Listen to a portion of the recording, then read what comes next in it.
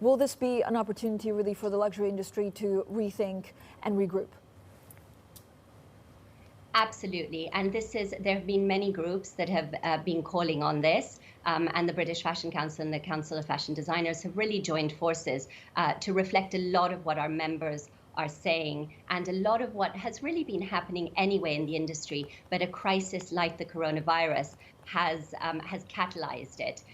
In a growth period, there's too much inertia to change, but at this time, crisis forces change. And there are a few secular trends, the shift to online, overall digitization, that could actually help the industry. So for example, you talked about the cycles. At the moment, designers deliver for seasons well ahead of the seasons. So fall winter deliveries start coming into stores in May, but really customers are only thinking about buying their fall winter, at least in the Northern Hemisphere, in August, September. By that point, those items are already discounted because retailers are looking for the next new thing. If we can start to shift deliveries closer to the date for which they're intended for customers, you start to build a world where these items reclaim their value, where they're on the shelves for longer, where you have more of a full price business.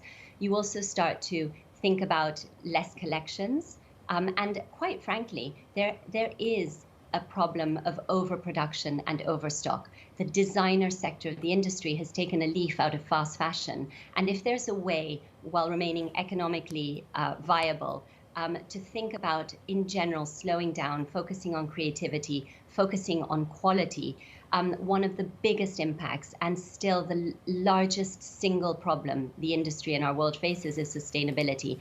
And the externalities of that will be huge, not least less product, less items to landfill, but also less travel. There's an element about the fashion cycle that is frenzied, that means a huge amount of travel, many buying seasons. So you don't think we'll go back to the fashion world as we know it? Will we see collections more virtually? Like I think, we may see some of the collections in June. Will that be here to stay? And does it also change the supply chains of a lot of these companies? I sincerely hope we will see change. And yes, we have, out of necessity, called for digital only. London Fashion Week men's and women's, it will be gender neutral, will launch on June 12th for 4 days. And this should be the beginning of a pattern of change. It will not all move to digital. There is the reality of seeing and breathing the clothes. It's also an opportunity for the industry to connect. We believe that it will be a mixture of online and offline.